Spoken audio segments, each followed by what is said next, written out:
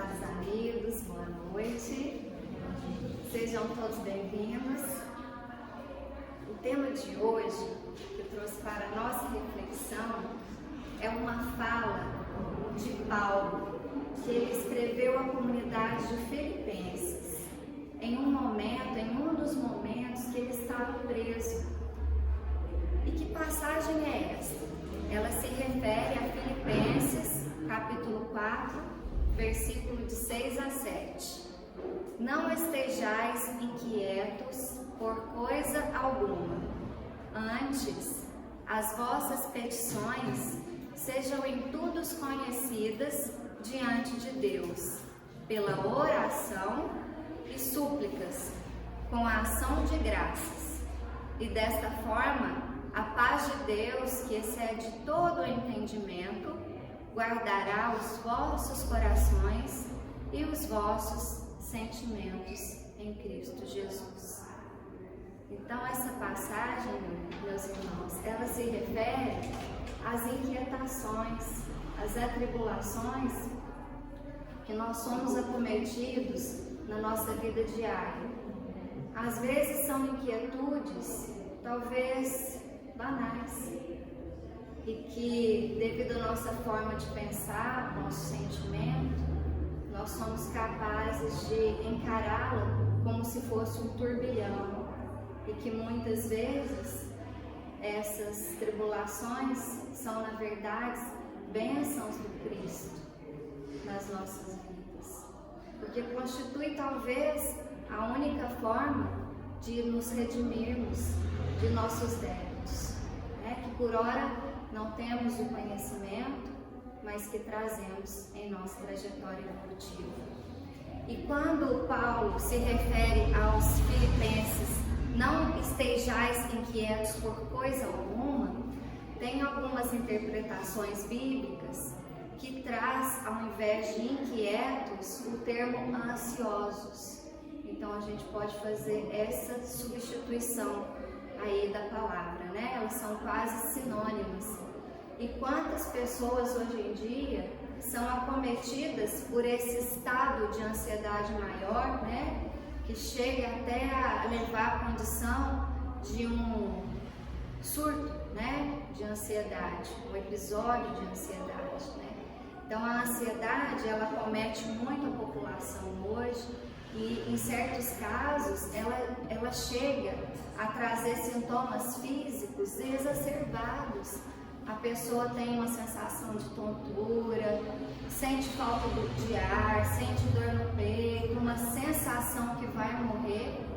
Não só lidar com situações difíceis do dia a dia, mas só pelo fato de pensar, de gerar um link mental com determinada situação, fato ou acontecido. E essa situação de ansiedade, muitas vezes, ela também vem acompanhada pelo medo. E a gente sabe que Emmanuel, ele traz para nós que o sentimento de medo, ele é paralisante. Ele realmente é capaz de minar as nossas energias. Em nosso lar, por exemplo, quando o André Luiz conta que eles estavam se preparando para receber os soldados que desencarnaram na Segunda Guerra Mundial, a colônia toda de nosso lar, ela sentiu medo, até André Luiz sentiu medo, porque eram muito poucos os momentos que se ouvia aquela sirene em nosso lar, que era a sirene de Jesus, pedindo para que os trabalhadores se preparassem para o acolhimento em massa de desencarnados. Então, primeiro, para aquela comunidade do nosso lar tratar os soldados de guerra, antes deles receberem as noções médicas e de enfermagem de socorro, eles precisaram trabalhar o pensamento e o sentimento para trabalhar o medo. Então, o medo é um entrave realmente nas nossas vidas, é um fator que geralmente exacerba as situações nossas diárias, né? E ainda bem que a gente tem a bênção da doutrina espírita, onde várias situações de medo, elas são apaziguadas e são esclarecidas. E pensando nessas inquietações, no livro Caminho, Verdade e Vida e o livro Palavras de Vida Eterna, eles trazem para nós um maior aprofundamento sobre como sanar as inquietações através da interpretação do Evangelho de Jesus, né? Então, Paulo diz que para sanar, a gente tem que orar a Deus, né? Ele fala de petições, que elas precisam ser conhecidas por Deus, as nossas súplicas, e fala também da ação de graças. Então vamos estudar isso mais a fundo, né? No livro Palavras de Vida Eterna, primeiramente, tem um capítulo, o capítulo 68, intitulado Não te inquieteis. E nesse capítulo a gente começa a entender por que a gente não pode se inquietar frente às situações, mas sim ter calma. Porque a calma é o sentimento que vai levar ao êxito. A inquietação, ela é a origem de várias calamidades. Olha o que o Emmanuel nos traz. Na maioria das vezes, a inquietação é forte desencadeante de numerosas calamidades. Na maioria das vezes, está presente no erro do cálculo que compromete a construção. É quase sempre um espinho no lar, um cáustico no ponto de vista, uma brasa no caminho e uma pedra na profissão. É por ela, muitas vezes, que pronunciamos a expressão descabida e articulamos o julgamento falso a respeito dos outros. Com ela, geramos maiores preocupações enfermiças. Contudo, a pretexto de aboli-la, é indispensável não venhamos a cair na preguiça. Então, gente, muita gente que busca só a paz do mundo, que não busca a paz do Cristo, o que essas pessoas pensam? Eu vou me afastar de qualquer inquietude. E desta forma se tornam pessoas mais egoístas. Vivem no seu próprio mundo, em busca só da sombra e água fresca, né? Das coisas boas da vida, porque essa realmente é a paz do mundo, e esquece que nós estamos aqui realmente para cultivar a paz do Cristo. O que é a paz do Cristo? É ter a paz, é ter a calma, mesmo frente à luta e aos desafios. Olha para vocês verem o exemplo de Paulo. Ele estava preso e escreveu uma carta dessa comunidade filipenses que naquele determinado momento enfrentava a perseguição aos cristãos, que eles nem sabiam se ia estar vivo no dia de amanhã. Ele, no momento de prisão, ele foi capaz de combater a inquietude do coração dele e deixar essa mensagem escrita. E em nenhum momento ele foi ocioso e preguiçoso, depois que ele se despertou para o Cristo, né? Ele laborou a todo tempo. E Deus foi mostrando para ele, né? Quem já leu a história sabe, devagarzinho, onde que ele devia estar, com quem, como que ele ia exercer o seu apostolado. Então ele nos deixa essa lição, que se a gente não quiser, se a gente quiser ter calma mesmo nas lutas, que não cruzamos os nossos braços, mas que enfrentemos os desafios. Porque se a gente cruza, a gente vai ter que voltar para fazer a lição de novo. Vai perder tempo aqui na encarnação. E quando desencarnar, vai ter aquela sensação horrível, né? De que não cumpriu o planejado, que fugiu da rota. E no livro também,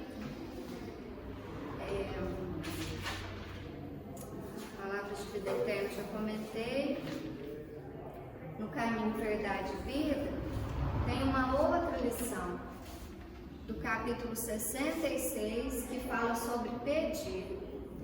A maioria de nós não sabe pedir. Tanto que Jesus, em Mateus, lá está escrito, Mateus 20 a 22, que ele respondendo, durante um certo diálogo com os apóstolos, ele disse que eles não sabiam o que pedir. Então Jesus fala hoje para nós, vocês não sabem o que pedir. E por que, gente, que a gente não sabe o que pedir? Porque os nossos pedidos, na maioria das vezes, eles não estão condizentes com o nosso planejamento encarnatório. A gente não pede pensando no nosso crescimento pessoal e evolutivo, né? A gente pede pensando muitas vezes em conquistar e adquirir bens materiais e sanar as nossas próprias vaidades. A gente pede, o nosso desejo ainda não é realmente o que a gente necessita. Então nós estamos a caminho ainda de saber realmente pedir. Tanto que tem um versículo em João, capítulo 15, versículo 7, que Jesus também disse assim: se vocês permanecerem em mim e as minhas palavras permanecerem em vocês, pedirão o que quiserem e será concedido. Esse versículo é muito propagado, né? Mas por que nem tudo que a gente pede é atendido?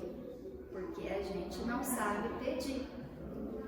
Tanto que nessa lição do Caminho, Verdade e Vida, ela já começa assim, olha que interessante.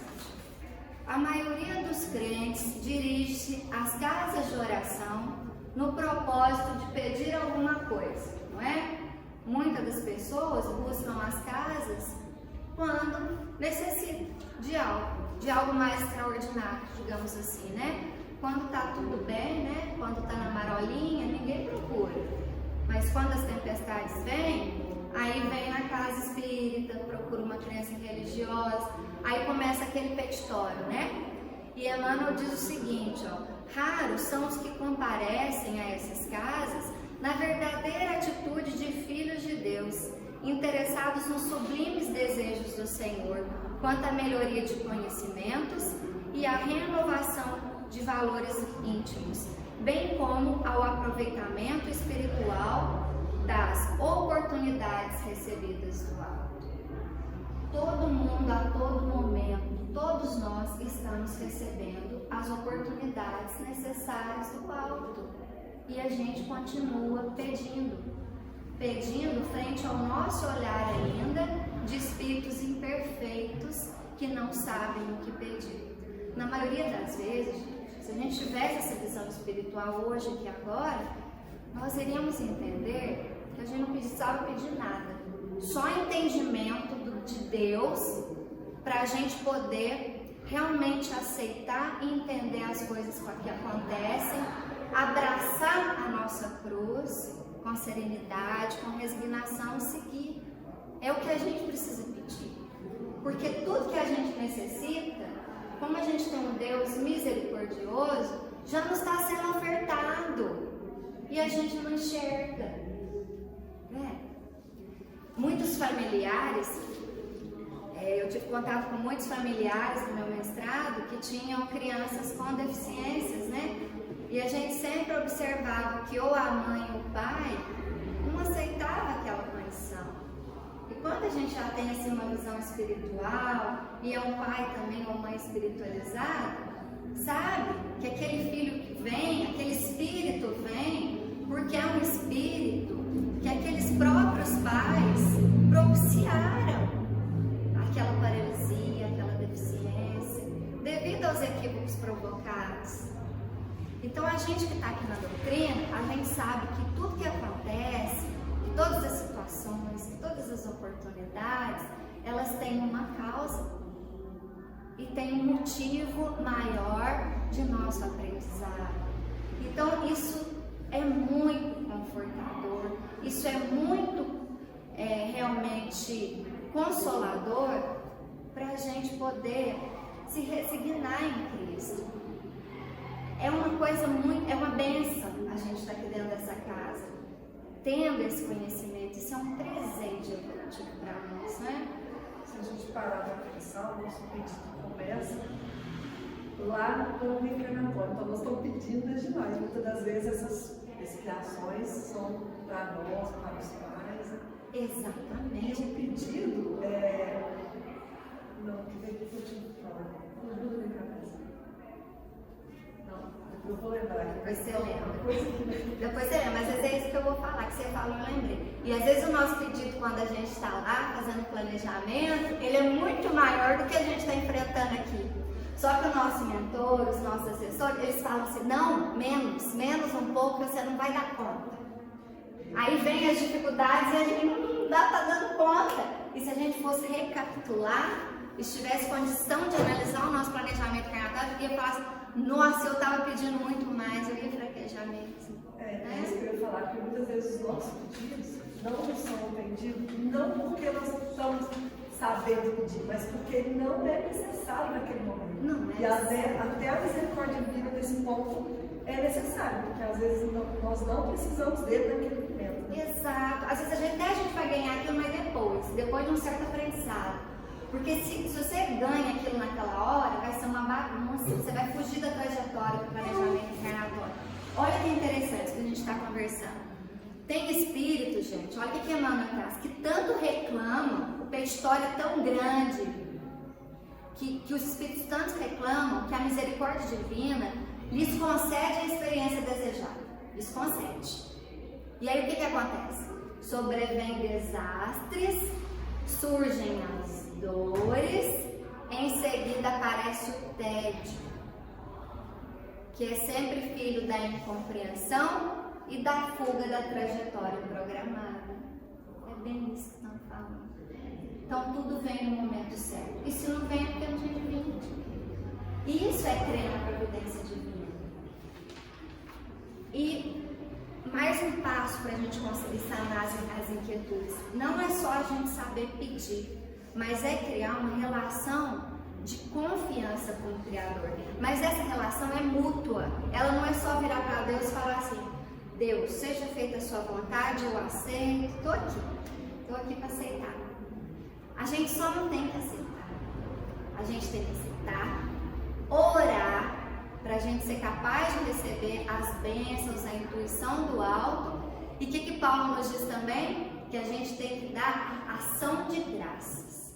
Eu já vou falar dessa ação de graças. Vamos falar primeiro dessa relação com o Criador. Essa relação, tem muita gente que acha que é só de lá para cá.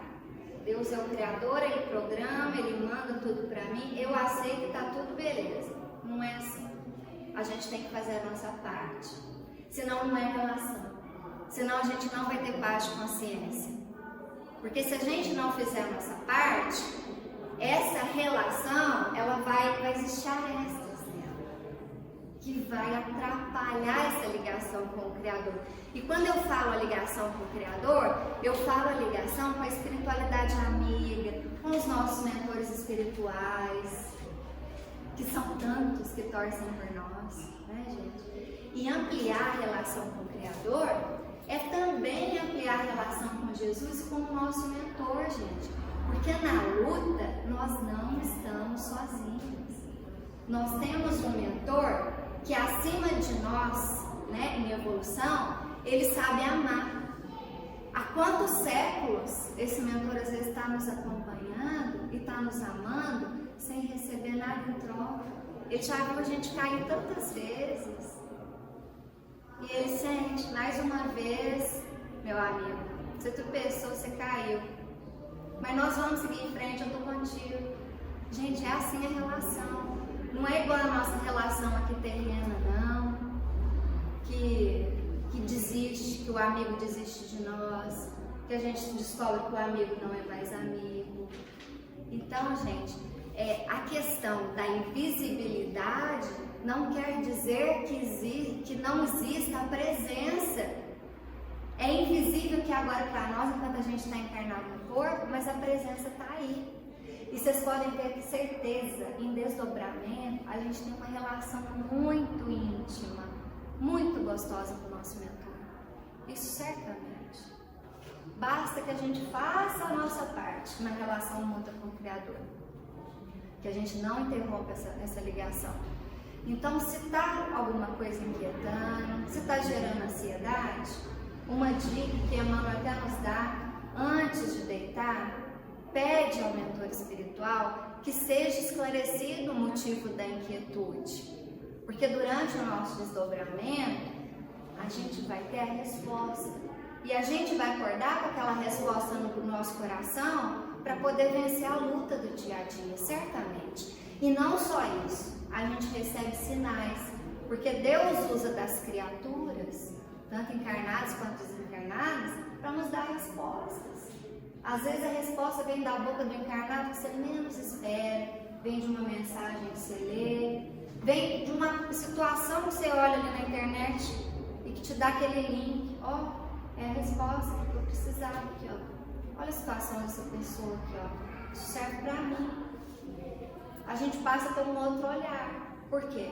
Porque a gente recebeu as instruções durante o nosso período de desdobramento. E a gente fica assim com o nosso coração acalentado. Nós não estamos sozinhos, tá? Nós temos que crer nisso. Isso é uma outra assim, dica que a espiritualidade, que a Emmanuel nos traz, para a gente serenar e não deixar o nosso coração inquieto. E mais, gente, o Emmanuel também nos alerta que a gente precisa exercer autovigilância. Autovigilância por quê?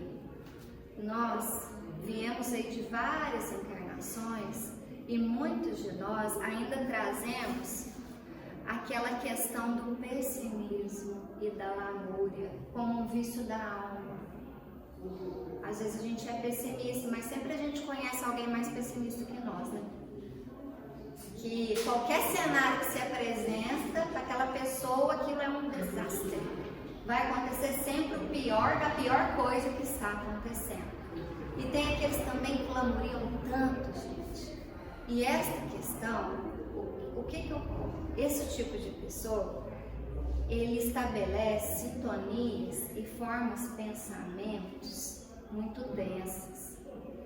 A sintonia, gente, para a gente tentar entender que tipo dela que a gente está emitindo e com quem a gente está sintonizando e o que a gente está criando, é só a gente imaginar como que a gente tem pensado e sentido. O que a gente tem pensado ultimamente? Em amor, em perdão, em ódio, em ressentimento, ou em perdão, em esperança, em acolhimento. Como que tem sido as nossas emanações, as nossas vibrações? Porque se a sintonia não está boa, a nossa relação com o Criador também, ela vai ficar cheia de arestas. A gente não vai receber a resposta do alto. Então vamos ter cuidado com isso, porque às vezes a gente cria tormentos voluntários mesmo, através da nossa capacidade de sentir, de lamuriar muito e de ser pessimista. E esses tormentos são capazes de fazer da nossa vida um inferno, dependendo como a gente encara as situações da vida. Eu dei o exemplo aí do filho deficiente, mas às vezes, vamos supor, acontece uma separação conjugal. Eu conheço pessoas que não se recuperaram após a separação conjugal. Eu conheço pessoas que se recuperaram, que tiveram uma outra vida até muito melhor, mas tem pessoas que não se recuperam. Existem vários exemplos aí na vida. E criam um inferno, que não é para ser assim, devido aos vícios da alma que a gente carrega. Tem gente que acha que o inferno é só depois que desencarna, né? Mas não é não, porque o inferno é um estado de espírito que a gente está criando aqui. Quando desencarnar, é o mesmo estado de espírito que eu vou estar. Se eu desencarno aqui agora, ali eu me apresento no plano espiritual com o mesmo estado de espírito. Então lá eu vou encontrar o inferno. Qual que é a diferença? É que quando nós estamos no plano espiritual, tudo é revelado, nada é escondido. Aqui a gente já começa a esconder através do corpo físico, através das vestes, da maquiagem, do cabelo bonito, pintado. Começa já por aí. Lá não. Então vai muito de nós, de querer criar um inferno aqui, frente às coisas que a gente está passando, né? Então a gente tem que ver tudo com um olhar mais positivo, porque essa é a proposta amorosa de Deus para nós. A gente tem que ter muito cuidado também com companhias, né, gente? Porque assim, as companhias, elas ditam muitas vezes a sintonia que a gente está ali captando, estabelecendo. E tem uns tipos de companhia que não tem como a gente evitar. A companhia vai emitir aquele tipo de sintonia mais negativa, e é nesse momento que a gente tem que se auto-vigiar ainda mais. Porque se a gente entra na sintonia, aquilo arrasa, né? Então a importância aí da autovigilância. Então, se Deus é por nós, que a gente já viu aqui, né? Tem uma proposta amorosa para nós, que mesmo frente à dor, da maior dor, no fim ela vai resultar em quê? Em crescimento, a gente sabe disso. Então, se Deus é por nós, quem será contra nós? Só nós mesmos. Deus é por nós, então quem será contra nós? Só nós mesmos. Né? Tem uma música bonita que eu estou lembrando agora, da Santa Teresinha de Ávila. Ela é dessa forma: nada te perturbe, nada te aborreça, tudo na vida passa, só Deus não passa. Onde a paciência tudo alcança, quem tem Deus nada falta, só Deus basta, só Deus basta. Então vem muito falar, né? Que só Deus basta e que tudo passa se a gente souber encarar com calma, em Deus, com muita fé no coração, né? E não a fé morta, mas a fé com obras. E essa fé com obras, gente, que Paulo nos traz, ele fala da ação de graças, né? É preciso da súplica e da ação de graças. Essa ação de graça, ela foi por muitos séculos interpretada somente como uma forma de louvor a Deus. E tem muitas religiões ainda que apregoam isso como se fosse apenas um canto de louvor, como se fosse uma forma de adoração ao Criador, né? E nós, espíritas, a gente sabe que essa ação de graças, ela vai mais do que esse sentimento nosso de gratidão por tudo que a gente tem, por tudo que Deus nos dá, por todas as oportunidades e que tudo é bênção. Ela vai além disso, ela extrapola. A gente sabe que a verdadeira ação de graças é o trabalho no bem. Quando a gente recebe uma coisa muito boa de uma pessoa, a gente não quer retribuir de alguma forma? Então, para Deus, tudo que a gente recebe, até as dificuldades, quando a gente tem um entendimento da dificuldade, como que a gente quer recompensar? Através do trabalho útil no bem. É a lei do trabalho. E quando a gente descobre isso, o retorno que isso nos dá, a gente é um espírito em paz, mesmo diante das tribulações. A gente não é inquieto e ansioso mais, porque a gente sabe que tudo está nas mãos de Deus. Né? Então, eu acho que por hoje, né? Acho que foi bom, né? O estudo, as reflexões que trouxemos aqui. Dá pra gente levar muita coisa pra semana, né? Muitas indagações, reflexões. Digo, vai com uma musiquinha aqui pra nós, pra gente finalizar.